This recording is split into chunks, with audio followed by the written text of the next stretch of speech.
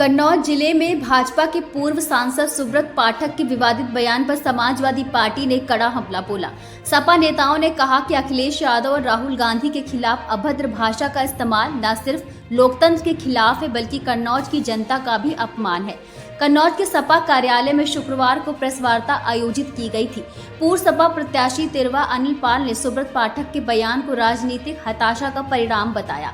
उन्होंने कहा कि अखिलेश यादव का नाम लेकर चुनाव लड़ने से कोई उनके बराबर का नेता नहीं बन सकता। घर फूंकने जैसी बातें करना असंवैधानिक और लोकतांत्रिक मर्यादा का उल्लंघन है। राहुल गांधी की प्रेस कॉन्फ्रेंस में जिस तरह से राहुल गांधी ने कहा था कि 17 तारीख को एक आइटम बम फोड़ेंगे, इस पर उन्होंने कहा था पूर्व सांसद ने कि राहुल गांधी आतंकवादी हैं। इस पर क्या कहना?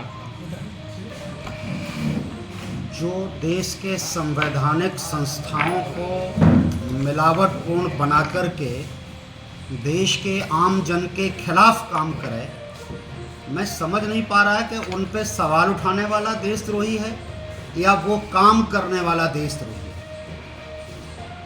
मैं फिर दोहराता हूँ, जो हमारी संवैधानिक संस्थाओं को कमज़ोर करके और चुनाव आयोग का मिसयूज करके अगर कोई कमी आई है तो चुनाव आयोग के बजाय सुप्रीम कोर्ट को निर्णय क्यों देना पड़ रहा है? अभी एसआईआर हो रहा था, क्यों ये नौबत आई? अगर चुनाव आयोग ने और सरकार ने बात सुनी होती तो फिर क्यों हम लोग सुप्रीम कोर्ट जाकर के और ये फैसला लेते उनसे कि ये प्रपत्र मान्य करो। अभी यूपी में भी ये दिक्कत आएगी। संवैधानिक संस्थाओं को कमजोर करने का काम भारतीय जनता पार्टी में जितना हुआ है उतना इतिहास में आज़ादी के बाद किसी भी सरकार में उन संस्थाओं को नुकसान नहीं पहुंचा। देशद्रोही और देश प्रेमी का फर्क अगर पहचानना है तो 1938 से लेकर के और 2025 तक की यात्रा का विवरण जानना पड़ेगा।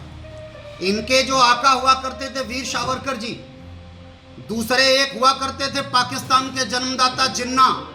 1938 के बाद यह देश जानना चाहता है कि जब करो या मरो और आज़ादी का नारा लग रहा था तो आप अंग्रेजों से मिलकर के सरकार बना रहे थे। तो अब आप बता दो देश प्रेमी कौन है? जब सरकार बन रही है, कल मैं उन्हें सुन रहा था, मेरा दुर्भाग्य है मुझे उन्हें सुनना पड़ा, वरना पिछले कई दिनों से मैं इस बात में रुचि नहीं रखता।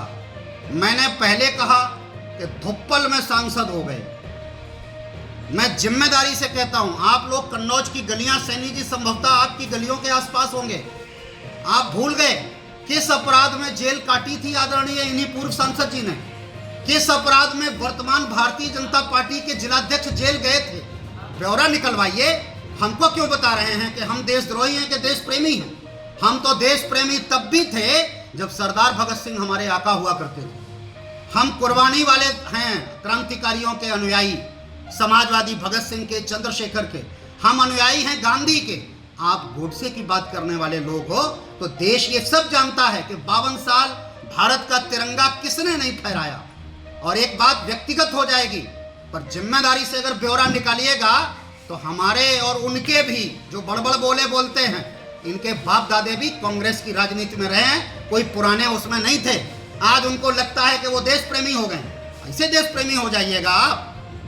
गाली दे करके, तहसीलदार को थप्पड़ मार के, दरोगा को गाली दे करके, बूथ पे वहां पर चिल्ला चिल्ला करके ये कह करके कि मारो। आगे भी बोलूं क्या? इंजीनियरिंग कॉलेज में हमें भी रैगिंग में गालियां सिखाई गई थी, पर किसी ने देखा कि आज तक के आचरण व्यवहार में किसी भी समाजवादी के आचरण व्यवहार से इस तरह का व्यवहार हुआ हो? ऐसे होता है। मैं रास्ते में अभी स्कूटी से आ रहा था, लोग मुस्कुरा रहे थे। ये हिम्मत भी समाजवादियों की है कि विपक्ष में रहते हुए हमें सुरक्षा की जरूरत नहीं है। कौन दौड़ाया जाएगा? किसकी बात कर रहे हो? कन्नौज जनपद ही नहीं, पूरे उत्तर प्रदेश की जनता ने भारतीय जनता पार्टी को दौड़ाने का अगर काम नहीं किया होता तो 43 सांसद नहीं होते। किन 73 सांसदों की बात करते हो मान्यवर? जवाब दीजिएगा जरूर सार्वजनिक रूप से। यद्यपि मैं नहीं मानता भाई, आपको एक भ्रम है कि आपकी हस्ती अखिलेश यादव से मिलती है। हमें कोई भ्रम नहीं है। मैं एक पार्टी का साधारण सा कार्यकर्ता हूं, एक सामान्य सा पढ़ा लिखा नागरिक हूं। इस नाते मैं ये पूछना चाहता हूं आदरणीय सांसद जी, केवल 14 से लेकर के 19 तक मोदी जी प्रधानमंत्री नहीं थे जो आपकी सरकार के सारे फायदे कन्नौज को मिल गए। आप जब सांसद हुए तब भी जिनको आप अपने भाषणों में बाप और बब्बा बताते थे, बहुत दिन नहीं हुए हैं, जब चुनाव नहीं जीते थे तो यहीं पर बोले थे कि हमारे बाप हैं योगी जी, हमारे बाबा हैं मोदी जी। तो आप अपने बाप और बाबा से काम नहीं करा पाए तो इसका ठीकरा हम पर फोड़िएगा, हमारी पार्टी पे फोड़िएगा।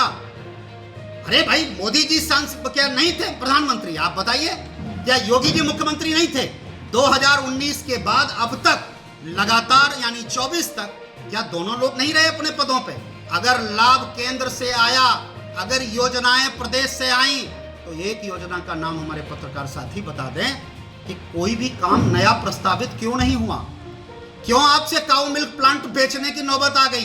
क्यों आपसे कार्डियोलॉजी नहीं चल पा रहा है? क्यों आप मंडी नीलाम कर रहे हो? क्यों आपने किसान बाजार की दुकानें किराए पे उठा दी हैं? बिक्री कहते हैं इसको सरकारी संस्थानों को चलाना नहीं कहते, इसको बिक्री कहते हैं। और भारतीय जनता पार्टी, ये छोटी बिक्री आपको समझ में आती है, बिक्री असली समझिए। क्या इस देश के जो सड़कों के मंत्री हैं, क्रोनोलॉजी जरूर बताऊंगा आपको, कृपा करिएगा हम पे। नितिन गडकरी जी का बेटा हमारे हर पेट्रोल पंप पे आने वाले पेट्रोल में इथेनॉल मिलाता है। उसकी लागत 100 रुपए में 56 रुपए आती है और आपको 96 रुपए का जो पेट्रोल मिलता है, 40 रुपए का प्रॉफिट उनके बेटे की जेब में जाता है।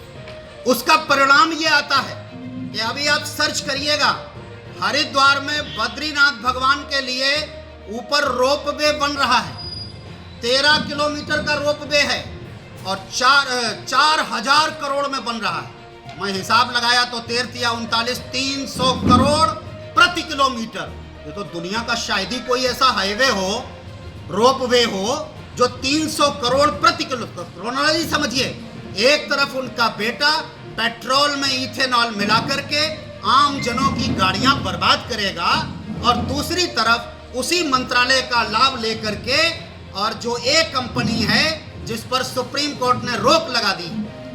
आपको पता है ये बात कि पत्रकारों को, किसी व्यक्तियों को, उनके जो व्यापारी हैं दो जिनका नाम ए से शुरू होता है, हम आज लिए देते हैं माफी छोड़ के, अदानी और अंबानी, दोनों का नाम लेना मना किया हुआ है। ये रोक लगी हुई है। कोई भी प्राइवेट चैनल वाला और आप लोगों जैसा कोई पत्रकार अपनी बात नहीं कह सकता। और रही बात नेपाल और बांग्लादेश बनने की, तो अभी समाजवादियों का रक्त और देश प्रेमियों का रक्त इतना बुरा नहीं हुआ है कि हमको सत्ता पलटने के लिए हिंसा का सहारा लेना पड़ेगा। हमारी अपनी ताकत है, हम अपने गांधी के रास्ते पे चलेंगे और गांधी के रास्ते से इन सरकार, देश के जो विरोधी लोग हैं जिन्होंने देश भारत माता का आंचल तक गिरवी रख दिया, उनको हटाने का काम करेंगे। वो तो कसर रह गई दो ना, नीतीश और नायडू जी। अगर वो इस गड़बड़ नहीं किए होते तो इसी बार 75वां जन्मदिन आप नहीं मना रहे होते बतौर प्रधानमंत्री। राजनीति हो या क्रिकेट, देश विदेश की ब्रेकिंग हो या आपके मोहल्ले की बड़ी खबर, सब मिलेगा एक ही ऐप में, सबसे तेज और भरोसेमंद। अभी डाउनलोड करें दैनिक भास्कर डिजिटल।